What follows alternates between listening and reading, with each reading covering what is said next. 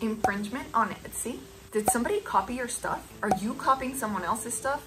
Are you infringing and you don't even know? In today's video, I'm going to be watching and analyzing another video that I thought you guys would want to see, and I want to let you know whether it's accurate or not. Should you guys be paying attention to videos like this on the internet from non-lawyers about what copyright infringement means and advice and tips on how to avoid it? If you're new here, my name is Marcella Dominguez. I'm a trademark and copyright lawyer helping business owners online and offline with their brands, including logos, slogans, trademarks. Logos in my designs. So this means no Disney, no Mickey Mouse, nothing that resembles Mickey Mouse ears, no NFL teams, no Boy Scouts, etc. Now I know some of you are going to say, well, there are tons of Disney designs on Etsy, so isn't that okay? But here's the thing, all of these shops are risking getting shut down, and they probably will get shut down eventually. Number 3, I don't make products or designs. So is it okay to use Disney, Mickey Mouse, copyrighted cartoons in your own designs, whether it's for digital products or a physical product? And I like that she steers clear of using them because she is correct. These are all copyrighted images, so it is a good idea to stay away from Disney and NFL designs and the others that she mentions.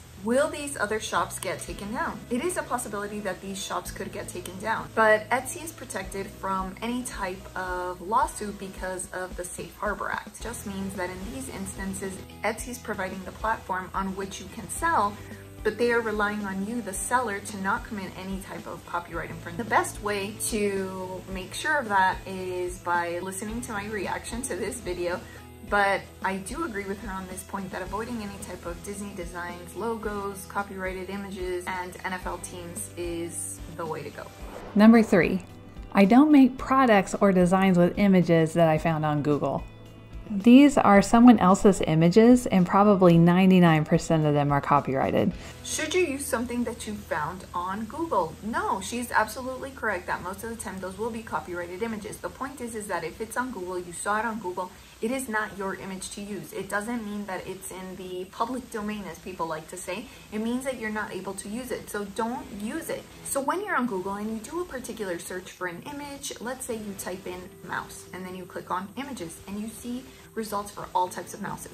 Well, all of those images that you see were actually uploaded by someone to their website or to a particular web page. So whoever uploaded it could be the copyright owner. The copyright could belong to someone else other than the person who actually uploaded it, but the point is that the copyright is not yours. Google is simply collecting all of the copyrighted images that have been uploaded to the internet, to the World Wide Web, and it is basically a collection of copyrighted works that you're seeing in the results. So for this reason, you do not want to claim that you have a copyright over that image, or you do not want to claim that you have the ability to reproduce that image or to copy that image, because in reality, you don't. That copyright belongs to someone else. And that's what all of this really centers around, is who owns the copyright. If you know for a fact that you do not own the copyright, then steer clear. Number 5, I check the Patent and Trademark Office website and I use the Trademark electronic search system, which is better known as TESS. So to do that, I just click on basic word mark search and I type in the phrase that I wanted to use in my design. So when I type in hello, here are all the word marks that have been trademarked. So let's say I wanted to use hello sugar. I'll click on this and then I'll check the goods and services. Hello sugar is trademarked for...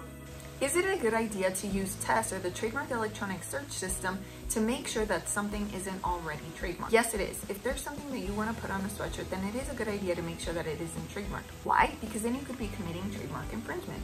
Things that can be trademarked are logos, slogans, taglines, and sounds. If somebody has already trademarked a particular slogan and then you go and you put it on your sweatshirt, then somebody could come back and say that you are committing trademark infringement, and then you would be liable for God knows how much money, because it depends on a variety of factors. Somebody can still claim common law trademark rights over a slogan that they have not registered, meaning that they were also using that slogan or tagline before you started using it, but they just didn't register it.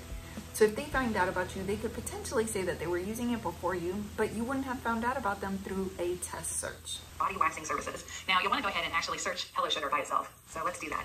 Here are in your listings. Some of those are onesies. Gerber has a trademark for that. I'll put a link in my description for this website. There are a few surprising things that you can't use in your listings. Some of those are onesies. Gerber has a trademark for that. Some other ones are Girl Power, Hello Sunshine, Who's Your Daddy, Born to be Wild, American Girl, America the Beautiful, Live, Laugh, Love. And if some of these seem... So she says that she doesn't use the word onesie in her product listings. Now, am I personally opposed to using the word onesie? Well, no. I would argue that that trademark has definitely become genericized the same way that people say Kleenex for tissues that are not the actual Kleenex brand. In this situation, I actually wouldn't mind using the word onesie. And in her video, she says that the word onesie is actually trademarked by Gerber. So will Gerber come back after you? Well, if you do a onesie search on Etsy, there are millions and millions of people using the word onesie. I know that kind of defies logic, especially when she was just saying don't use Mickey Mouse, because even though a bunch of other people are using Mickey Mouse, but in this situation, I would say that it is potentially okay to use the word onesie. Number 6, I don't use fabric with trademarks to create something that I'm going to sell on Etsy. So for example, if you buy this Chiefs fabric and then you make a mask like this, you cannot sell that unless you have a license with the Chiefs. And believe me, they're not cheap. This probably... Can you use fabric that has a logo or a design on it and then resell it? And the answer is no. I am so glad she brought this up, because so many people think I bought the fabric at Joann's Fabrics, at Hobby Lobby.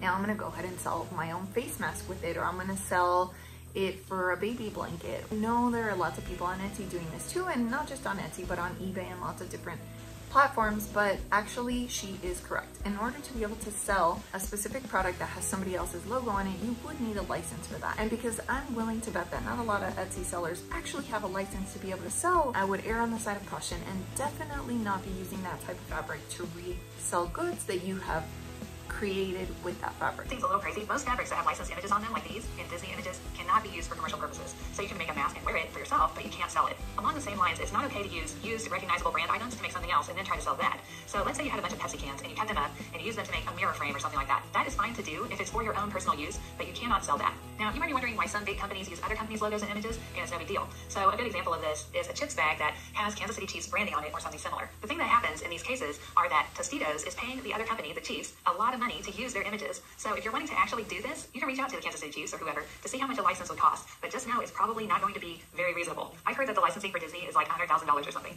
Plus there are other requirements, like they're very picky about the quality of the items you're selling because it's a brand. So those are a few of the things that I do to avoid infringing on. So that is correct. Anytime you want to use somebody else's logo or slogan or trademark, then yes, you need to get permission from the brand owner. If you don't have permission, then you could be committing trademark infringement. And in this situation, whether it means slapping it on your own beverage or using a specific fabric and then creating a different product with it, that could all be trademark infringement unless you have the proper license and approval from the brand owner. So usually that comes in the form of a trademark licensing agreement. So if you need to know more about trademark licensing agreements, just make sure you scroll down into the description and that you get on a call with me, because I promise you we will iron out these details. Just make sure you're not committing any kind of copyright or trademark infringement. Well, how can you make sure that you are using images that are either in the public domain or have a Creative Commons license? What is the difference between the public domain and a Creative Commons license? So public domain means that it is not owned by anybody, it cannot be owned by anybody, and if it's Creative Commons in the Creative Commons, then that means that you still have to obtain a license for it, but that license is more than likely free. There are still restrictions on how to use it, but ultimately it's free. So if this video was helpful and it helped you gain some kind of understanding, then make sure that you tell me in the comments below what other questions you have about selling on Etsy so I can answer them for you.